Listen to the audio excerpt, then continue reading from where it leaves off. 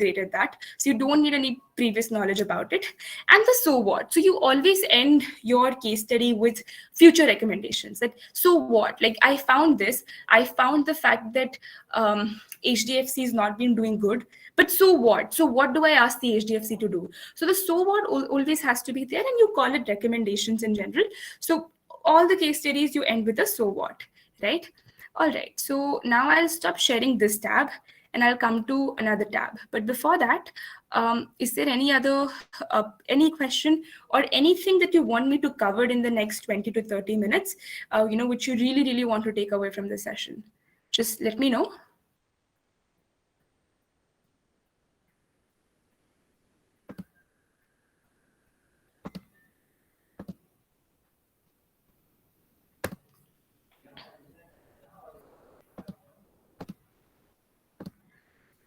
All right, so this is one of the cases that I'd done for Ernst & Young, which is a company called EY. So as I told you, the case competitions are of different kinds, and some case competitions are hosted by colleges. If you log in on this website called Dare to Compete, you will see so many case competitions listed over there. I'm sure a lot of you know about it as well. I'll put it in the chat box, daretocompete.com, and this website has so many case competitions happening all across the country in India listed down. So what I used to do is go through them, and that's where I found this EY, Ernst & Young, it's a consulting firm, competition as well. And this is one of the cases that I'd done for them, right? So essentially the case is a strategic case, and there is an airline, an imaginary airline that they've given to us, which is called Blu-ray. Right? So the first thing I've done over here is that you define the objective. That, of course, there was a question statement, but I can't share the question statement with you, so I'm just sharing the solution with you. So the idea is that whenever you're given a case, all the cases come with a question that this is what you have to do, right? So the question helps you not only in defining how to solve it, but it also helps you with your so what. Because the recommendation you give has to align with what the client is asking for, right? The client is the company that you're working for, essentially. So in this particular case, there were two kinds of objectives. So again, if you look at the objective as well, I've tried to keep them messy, that there can be only two kinds of objectives, either financial or non-financial. So there is a financial objective, and everything which is not financial, which is maybe a marketing objective, or over here it's a stakeholder objective, right? All of that is a non-financial objective, right? So the financial objective which the client gave to us was that you have to exceed your revenue growth. I hope everyone understands revenue growth. Revenue is the money that you earn by your business activity, and growth is the increase in that. And so the revenue growth has to be more than 2.6%. And the non-financial objective is that you want your stakeholders, which is essentially the shareholders and employees, to be very happy.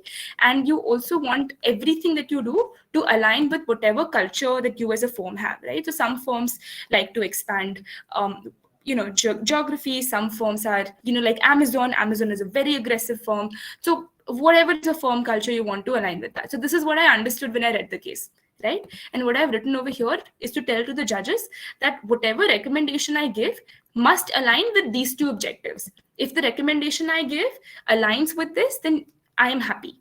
The client is happy, right? You also see over here how the entire presentation is very visually appealing, right? So every slide, you've tried to show what is the main message of a slide, right? You've tried to put as many icons, to make it visually appealing, that the moment you see it, you should understand what is happening with the slide, right? So that's also very important. I think a lot of people miss out on it.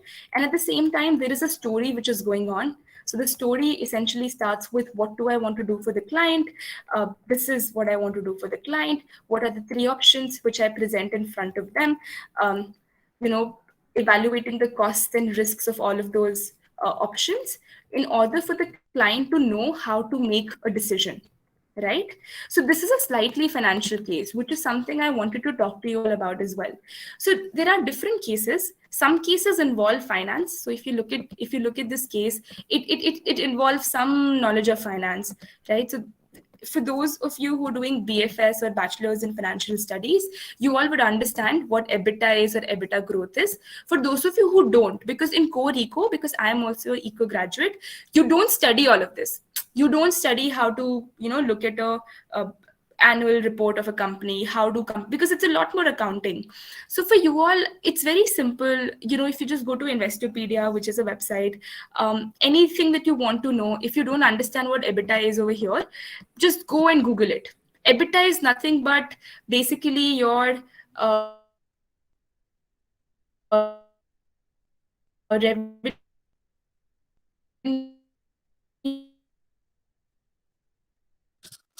Ma'am, your voice is breaking in between.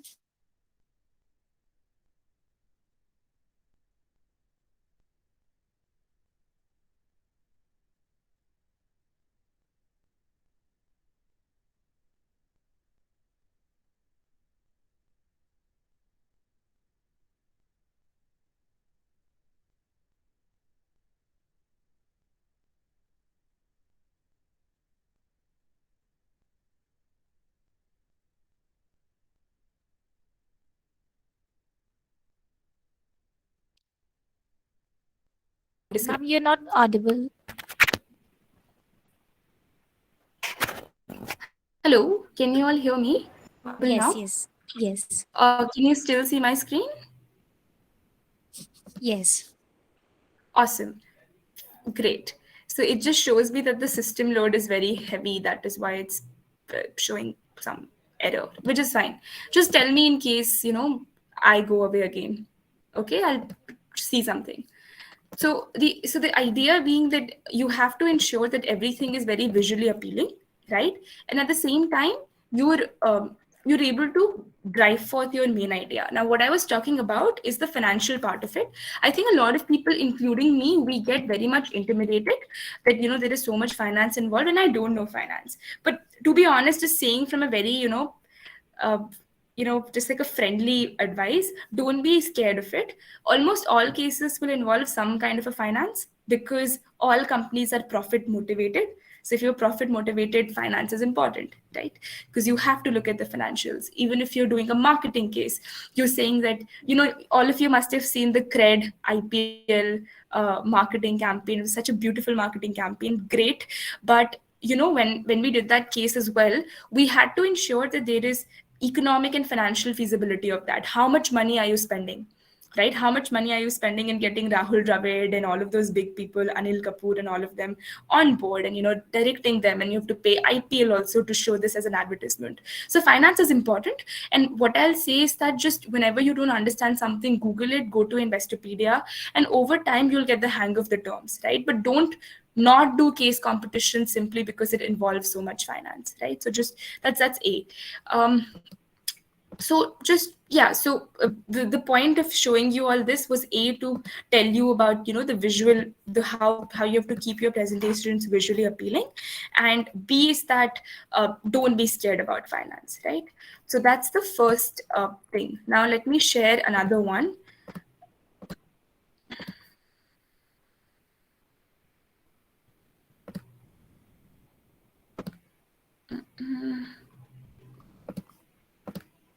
Right.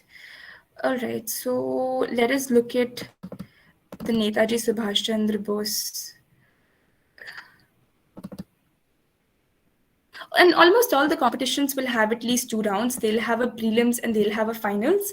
In the prelims, usually what happens is that they'll give you an easier case, and you'll have to make a document and send to them. And in the finals, they'll give you like a more difficult case, and then you make a PPT like this one, and then you present it to the judges. So it's like a live presentation that happens. Right. So this was essentially a case about Vistara. So Vistara, as you know, is owned by the Singapore Airlines and Tata, and we had to figure out a geographical expansion strategy for Vistara. So which other place should they fly to except for India? So that is what the case was about. Now, hopefully this will load fast. Um, yeah. So this case was about, so a recommendation was essentially that they should leap into the Korean market. But again, the point that I'm trying to make is that, you just look at how visually appealing the entire presentation is. I hope this loads, right? And at the same time, we've tried to keep as less text as possible, and we tried to, make the main message come out on every slide. Now, if you ask me that, where is all of this text and data coming from, what is the total addressable market, what is the total serviceable market, again, you don't have to know all of this. I learned all of this on the case, right? So I got the case study from Netaji Subhash Chandra. I registered for it. I got the case study. They told me that you have to come up with the strategy for Vistara to expand. And, when they expand, you have to look at how much money can they make and whether it is a feasible thing to do or not. And how do you market then your airline in that particular new geography? Right, that was a simple case. So then you start googling that how do you decide, how do companies decide how to enter a new geography, what are the different kinds of marketing strategies for airlines. So it's a very, again, feeding onto the point, everything is learnable. Can you not see? Acha, you cannot see my. I think, yeah. This is the case. I'm sorry, no one told me that the main presentation is not being shared. Yeah. So this is the case. So this is the PPT for that. For the Vistara Airlines. We talked about our approach. So all of these different, ways of doing it, that whether it's a pessimistic or an optimistic case, or, the numbers and all, they come to you. I don't want to spend a lot of time in making you understand how different case studies are solved, because a lot of it you can learn on the go. And I'm sure you're all smart enough to, figure out how to solve cases. Matlab, in the sense that any specific case, you can solve it very easily, because you just need to, just go through different Google searches, read a lot of research documents which have been prepared on that, and, just put it together and be like, this is what I think you should do. But the idea is that, the basic principles of how to think about it and how to put the information on the slides and how to talk about it, that has to be clear, right? So which is why I'm showing you all of this, so that you get, because I was told that, you guys don't have much clue about how case studies work. So, just to get a basic idea about the different kinds of case studies which happen across the country, right?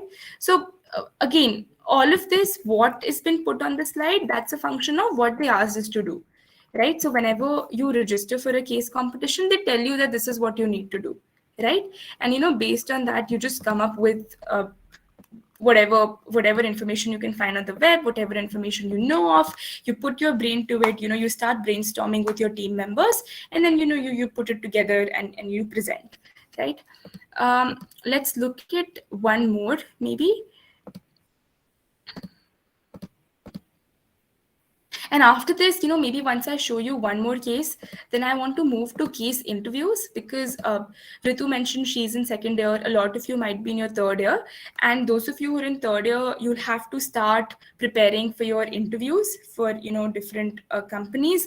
And a lot of companies ask case interviews in your second round or third round. So maybe we can talk a little bit about it, so that, you have some basic idea as to what you're going into. Okay. So let's look at maybe a social case. Governments, UN, UNESCO, all of them also hire a lot of consulting people, a lot of consulting firms to make strategies for them. Like the firm I'm working in, it also worked with the government of India on COVID, right? So when they were not able to figure out the vaccination strategy, they worked with consulting firms on it. Or let's say the Maharashtra government, when they had to figure out how do we increase the rate of the hand wash, the number of hand washes that people do, basically the sanitation that people maintain. They also, hired a consulting firm called Dalberg to figure out, how to increase the rate of hand wash in the state. So all of that work is done. So a lot of, for those of you who are motivated that, we want to do social work in life, we want to, use our brains for the benefit of the country, there is a lot of social consulting firms. Maybe you should check them out. I can name a few. There is Dalberg, there is Samagra, there is Satva. These are very good big consulting firms, which work out of India. And, Parminder ma'am is very well aware of them. Maybe she can guide you on this. So I will share this screen. I hope you can see this. it'll load, I think. This was a Bitspalani case, right? And the case was essentially about the specially abled people in our country. And the idea was that how do we make the country more friendly for people who are specially abled? So this is also a case study. It's a good kind of case study. It's one of those case studies which is not motivated by, a profit motive. So again, what have we tried to do? We've tried to break down the problem. And if you look at it, it's very simple to understand what's there on the screen, right? It's not a lot of words. Basically, whatever I want to say has been put on the screen, and you can understand. What is the problem? The problem is that the assistive devices in the market, basically whatever devices the people with special abilities need, they're very costly in the market. There is very less number of social enterprises in the country who make those devices, and even the ones which are there are not profitable.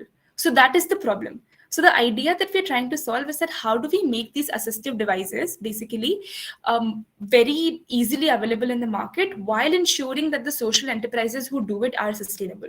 So that was the case question. And we've just tried to lay it down for the judges that, this is what we're trying to solve so that we align with them. Right. And so then, we tried to analyze the market, that this is what is, there is demand side problems, and then there is supply side problems. So again, if you look at it, even the market analysis, a market can be segmented as demand and supply. There is nothing else to the market. So that's also a very messy segmentation. So you see everywhere we've tried to clearly think about the problem in a way which is MECE, which is mutually exclusive and collectively exhaustive. So there could be a demand side problem, or there could be a supply side problem. So all the problems in the market we have segmented as demand side or supply side.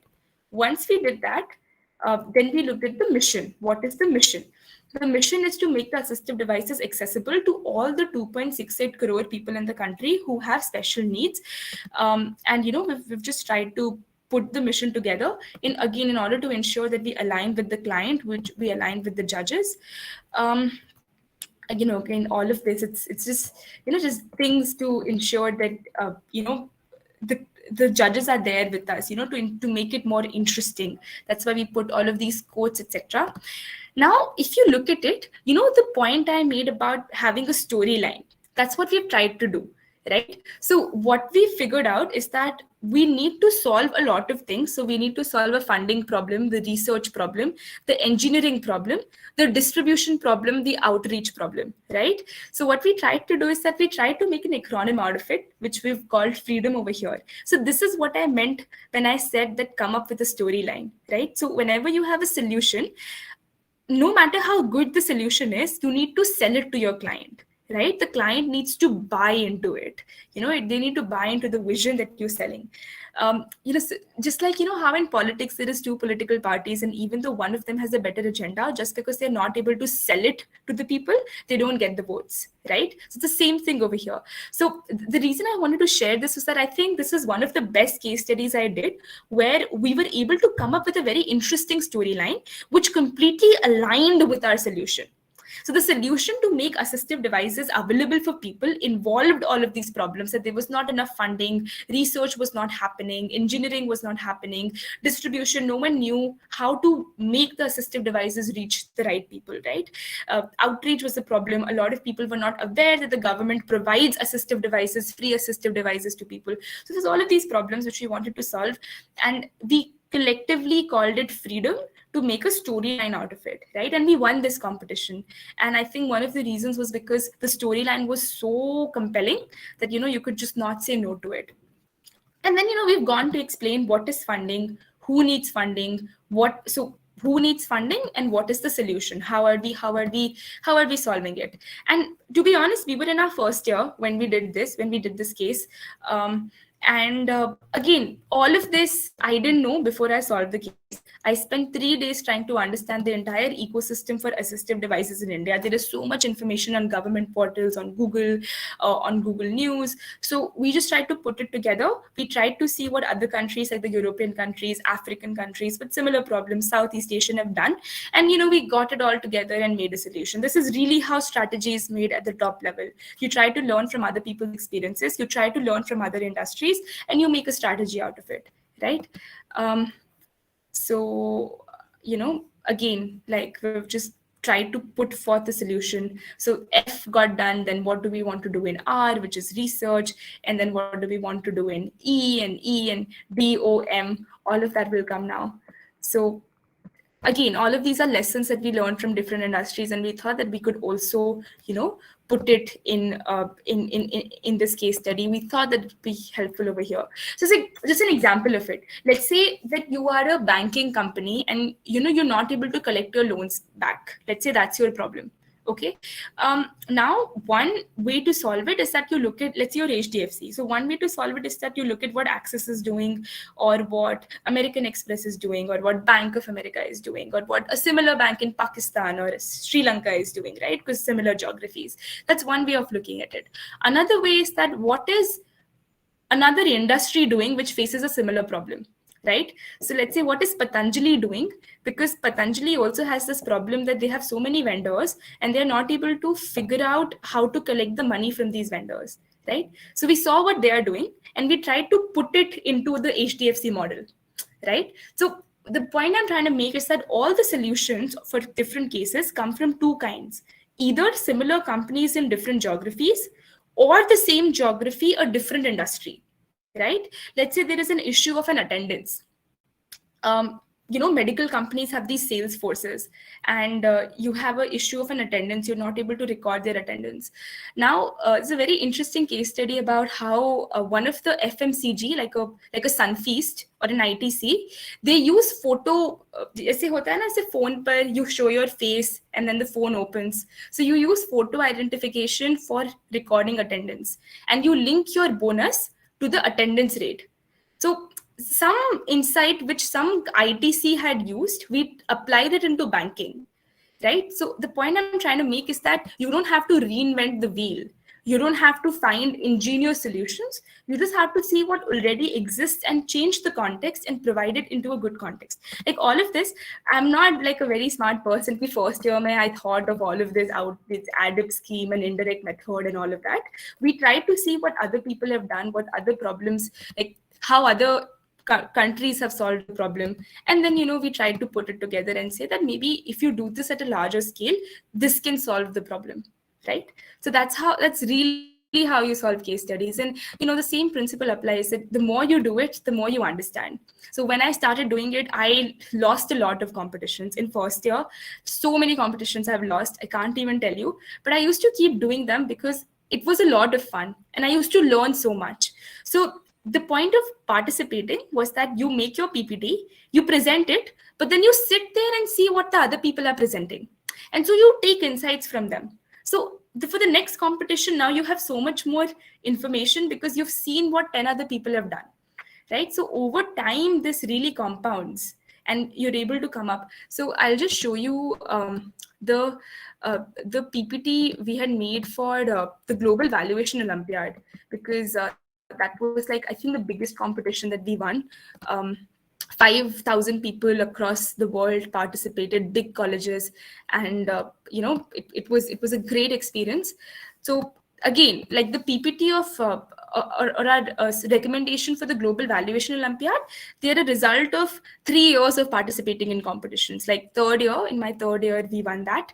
So again, like, don't get intimidated by it, but over time, as you keep participating more and more, you understand how to start thinking about a business problem, right? So if you ask me the so what of this session, it's going to be two things. The first is that participate, and the second thing would be that read, right? So when you do both of these things, there is nothing which can stop you from not which can stop you from winning or doing well in the competitions. Any questions over here? Because I think we have like 15 odd minutes left, and I have 2 more presentations to show. So if you have any questions, just put them here. Sorry,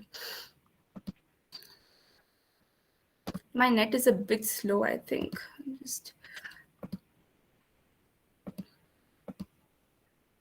Do you all, any of you, participate in case competitions, case studies? What has your experience been like till now? Any specific problems you've been facing, which we can speak about?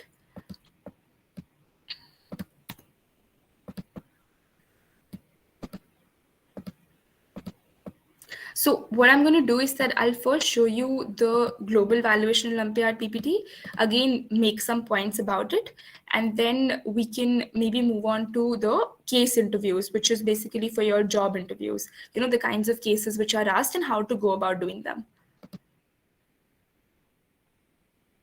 It's that there's so much information to share. 1 hour is so less. So that, but yeah, let's try to cover as much as possible.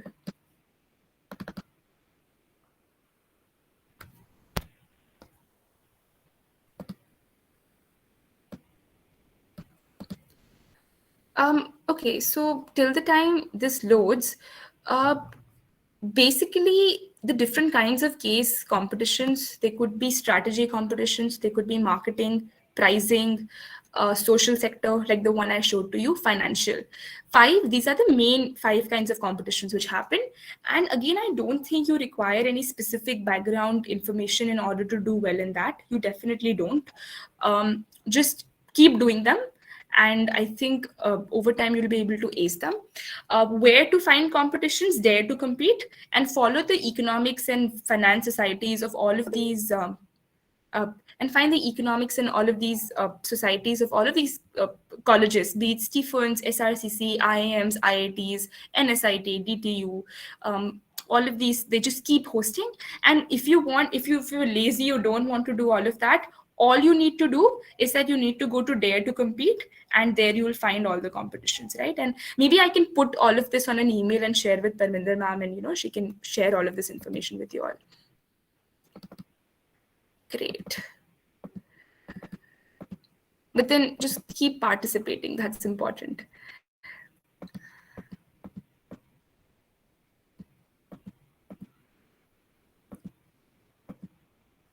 Just 1 moment, I'll share my screen.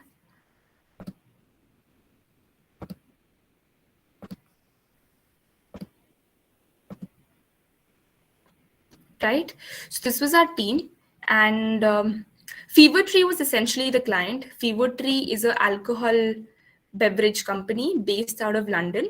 So they were our client, and this is the deck that we had presented to them. This is our team name, Team St. Stephen's Cross. This was our team. It was all of us from college.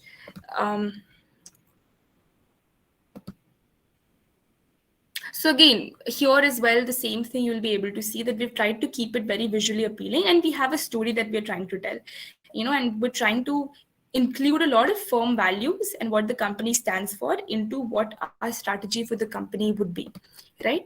This is a different kind of a case study. It's a more financial case study, as a result of which you'll see a lot of numbers, etc. over here. Again, nothing to get intimidated by. As you do more competitions and you see other people presenting, you pick a lot from that. And after every competition, there is a very comprehensive feedback session as well, which the judges do. So you pick a lot from that as well. So just ensure that you do a lot of that before you start with these expectations that that that we're going to start to win. Because for us as well, we did around 10-15 competitions, did very badly in them, but we learned a lot. Our learning curve was very steep.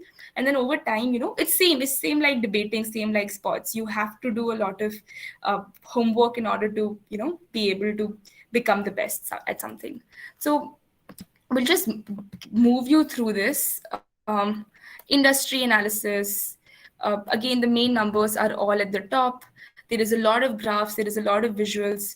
And if you look at the bottom things here, all of this, executive summary, industry analysis, client overview, deal structure, investment rationale. We've tried to again tell a story, and because we couldn't make a cool acronym out of it, we've tried to tell the person who's listening to us that this is what to expect, right? So again, the entire idea of creating a storyline out of everything that you're telling, that is also very important. If you ask me where we got all of this information, again, it was a lot of reading. Like reading so many industry reports, reading about the company, reading about the competitors. We spend around 3 to 4 days just getting to know a company, which is why I said that the reason you should do case studies is because you'll become very much informed about the world. You do one case study on Indigo, one on ITC, one on Patanjali, one on HDFC Bank. You know so much more about the Indian economy, which helps you a lot when you sit for job interviews as well, because you're able to comment on what is happening largely in the economy because you've seen all of these companies from, very close, right?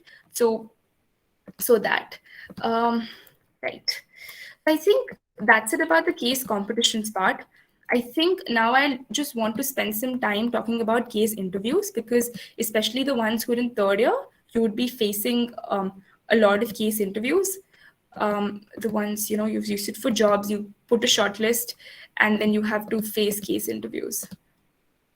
So what happens in case interviews is that, how do you prepare for it? You basically go through these things called case books, right? So case books are, they're made by different colleges. So this is the case book that we had made, St. Stephen's had made. If you go to Google, you'll find case books made by IIM Ahmedabad, made by IIM Calcutta, ISB Hyderabad, all of these colleges, IIT Bombay, IIT Madras, all of them have their own case books, right?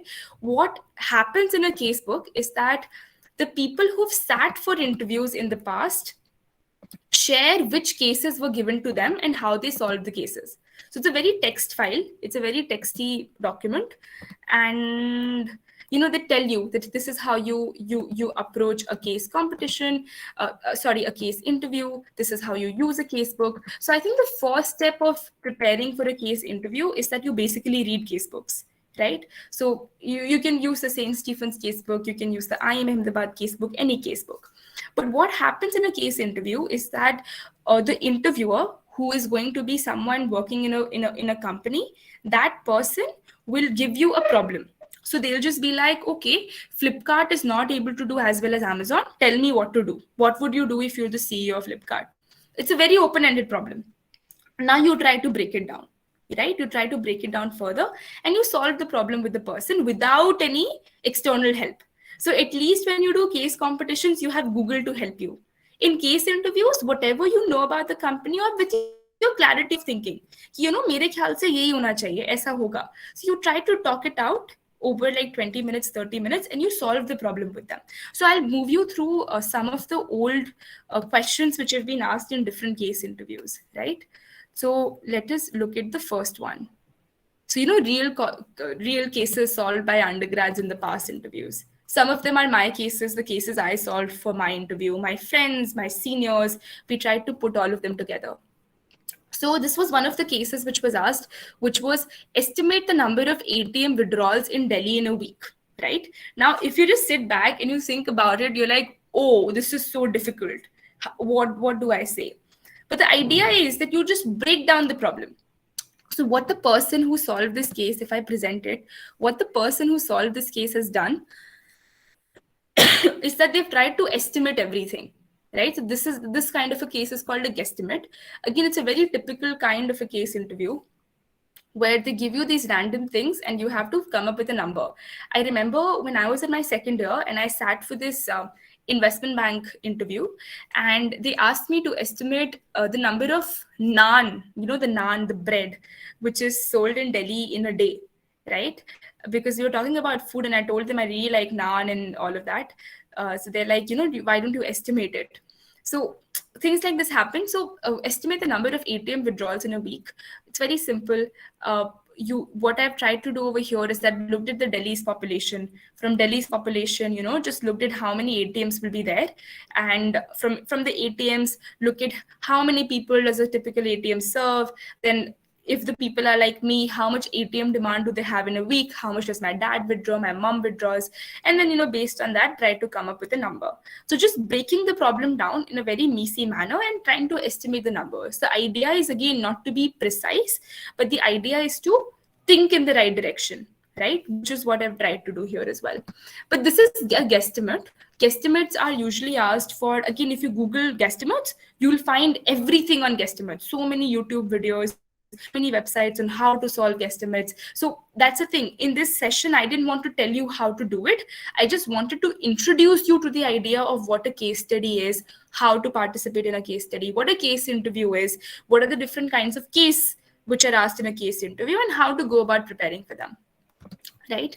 Um, so this is, again, I think we need to skip a lot. So again, this is another guesstimate on a grocery market that estimate the size of a grocery market in Delhi, right? Um, if I go ahead, these are questions.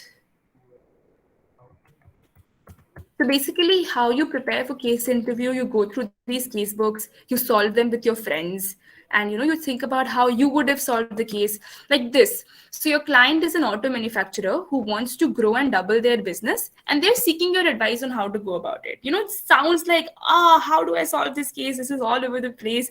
I don't know anything about an auto company. How will I tell them? But again, let's see what the person has done. They've said that, let me understand the client, let me understand their objectives better. What do you mean by doubling my business? I mean the revenue, right? And then they've gone about, what do you want to double? What is our manufacturing like right now? What is our distribution like right now? Then over time, try to see what is it that we can actually double in order to double our revenue, right? So again, all of this is publicly available, these case books and everything. So I mean, if you Google, you put one Google search, you'll get it. But when you're doing your case interview, when let's say you're applying to any consulting firm, any startup, they are going to ask you case interviews, which is why, because they test your clarity of thinking, they test how you're able to deal with a business problem that you know nothing about. You know nothing about an auto manufacturer, you know nothing about how ATMs work, but how do you solve for it, right? If you're given a problem, how do you deal with situations where you have no ground, right? Like, if you're a chemical engineer, it's very easy for you to solve a chemical problem. But if you're a chemical engineer and you have to solve a problem for a paint company, how do you do that, right? Because at the end of the day, it all boils down to first principle thinking. Just break it down. Wherever you don't understand, ask the interviewer, and just try to build from your base up from there. And how to do it, you just there is YouTube videos and etc on that, so you just start with them, and then in case you need any help, you can of course let me know. If any specific case may you need a help, like how to do a guesstimate or how to do a profitability case, or um, all of that. So I think case interviews are very manageable on that end. Now I think I've blabbered a lot. So now, in case you all have any questions, let me know. And yeah, I'm here for like some more time.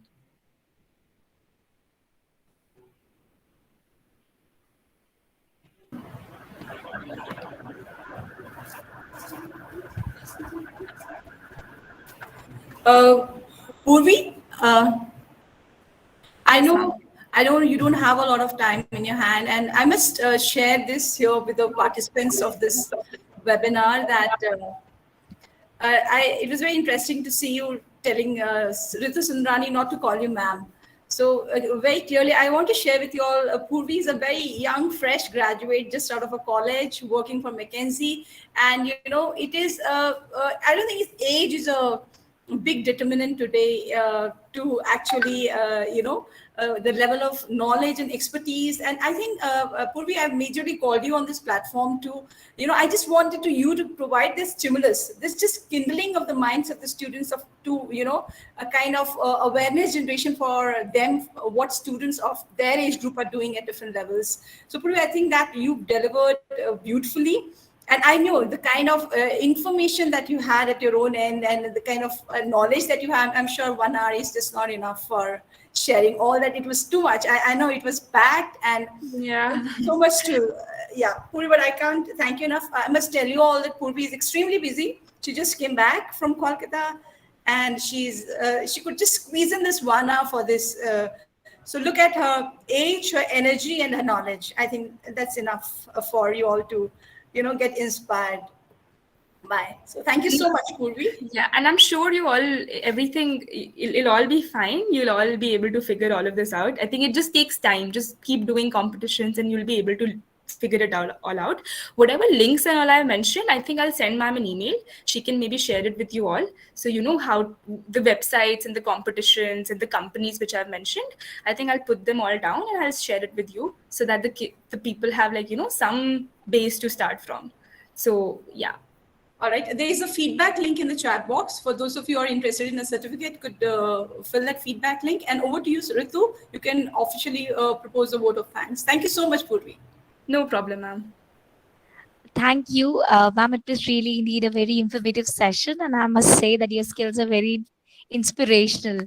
Thank you for sparing your time from your hectic schedule and imparting us these valuable insights into solving these case studies.